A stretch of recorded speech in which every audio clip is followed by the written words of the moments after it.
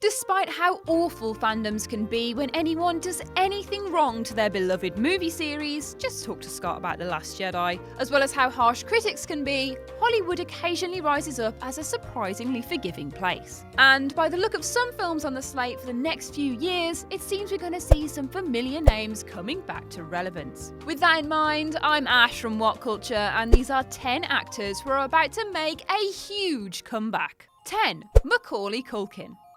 Your favourite child actor turned drug baron. There's previously been whispers of Macaulay Culkin returning to acting a couple of times since his high-profile retirement back in 1994. But after concentrating on his very serious musical career of parodying songs with pizza themes since 2010, Culkin's got the acting bug again and is set to appear in Seth Green's upcoming comedy Changeland, which follows two friends who travel to Thailand and realise there's no rulebook for finding purpose and meaning in life.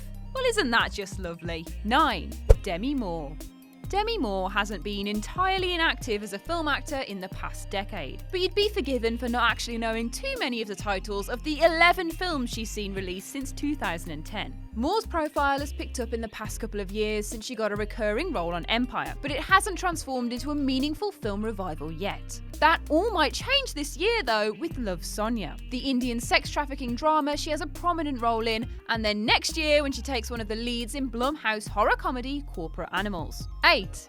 Jim Carrey. You get the sense that Jim Carrey could work an awful lot more if he wanted to, but he's made some odd choices since very publicly denouncing his own role in Kick-Ass 2 over concerns on violence. Jim, baby, the clue was in the name on that one, come on. He's still the same Jim Carrey though, and if you put aside his decision to make Dumb and Dumber 2, some would argue he's still got the same charm and it's a shame we don't get to see it enough. Others would argue that he's one of the most annoying, plastic-faced, unfunny men on the planet, but who am I to judge? On top of a recent TV revival, he scored the more typically Carrey-like role of Dr. Robotnik in the upcoming Sonic movie, so it's likely we'll be talking about him a lot more soon, love or hate. 7. Val Kilmer.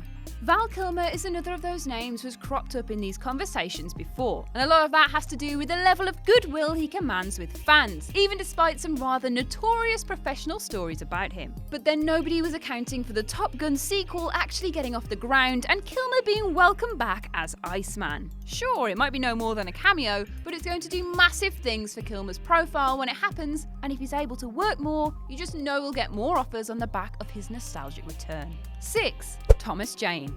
Thomas Jane has worked fairly consistently over the past decade, but the fact that a massive 8 of his releases since 2010 have been released direct to VOD says quite an unfortunate amount about where his profile currently is. Luckily for his fans and for him, Shane Black loves a healthy slice of nostalgia, and he's cast Jane as Baxley in The Predator, which should hopefully catapult him into relevance a bit more in its wake. He doesn't look like the nicest character to be honest, but at least a good performance on the back of his central role in TV's The Expanse should give him more opportunities of good work. 5. Anna Paquin. In the wake of True Blood's end in 2014, Anna Paquin should be transitioned easily into big movie roles, but it's a sorry reflection of a career trajectory that the most notable thing she's been involved in was X-Men Days of Future Past, which she was mostly cut from before the Rogue Cut was re-released. Other than that, she's had some not entirely successful TV roles and a couple of film ones, but the bigger projects simply haven't come around. Well, not until Martin Scorsese came calling. Paquin's big comeback should come in the form of the director's adaptation of the Frank Sheeran/Jim Hoffa story, The Irishman. 4. Eddie Murphy. By rights, Eddie Murphy should have seen his revival begun off the back of his exceptional performance in Dreamgirls, but in the decade since, his most notable work has been the upsettingly disappointing Shrek the Third and its follow-up. But hopefully, the tide will turn for Murphy with Netflix's biographical dramedy Dolomite Is My Name, in which he will play the notorious father of blaxploitation movies Rudy Ray Moore, whose most famous creation was the pimp character Dolomite. Hopefully, this opportunity to play a real-life figure will help him recapture the same form he showed in Dreamgirls. And as an added bonus, if the film works out, we might see co-star Wesley Snipes get an uplift in professional fortunes too. 3. Brendan Fraser. When the conversation turns to actors who aren't hired anything like as frequently as they used to be, Brendan Fraser's name always crops up. For a while, a lot of misinformation was spread about his retirement, air quotes, but the actor has fairly recently cleared up the circumstances by revealing an allegation of historical sexual assault that had apparently seen him blacklisted, combined with mental health issues. But after a period of quiet and a lot of projects that look very much beneath him, Fraser could be set for a comeback. The Poison Rose, a crime thriller, will star John Travolta and Fraser alongside a great cast. 2. Sir Patrick Stewart. Sir Patrick Stewart may seem an odd choice in this sort of ranking given how many roles he's had since 2010. But taking away any X-Men performances, only Green Room has been anywhere near the quality of what he should be in.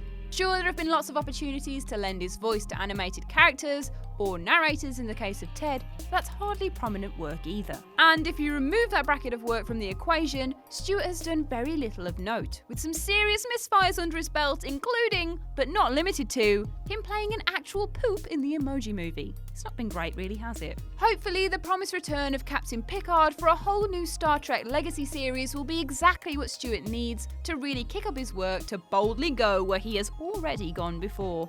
1. Nick Cage. Some people might say it's cruel to put Nick Cage here, but as entertaining as his films always are, there's some room for some serious fare to come in and blow everyone away like his luscious locks in the wind on a runway. The second half of 2018 might be a big time for Cage, who has the festival darling action horror flick Mandy coming in September. Let's hope that will go some way to convincing everyone that he's more than the guy who's also starring in Looking Glass, Between Worlds, 211 and the Humanity Bureau this year, which nobody will see on purpose.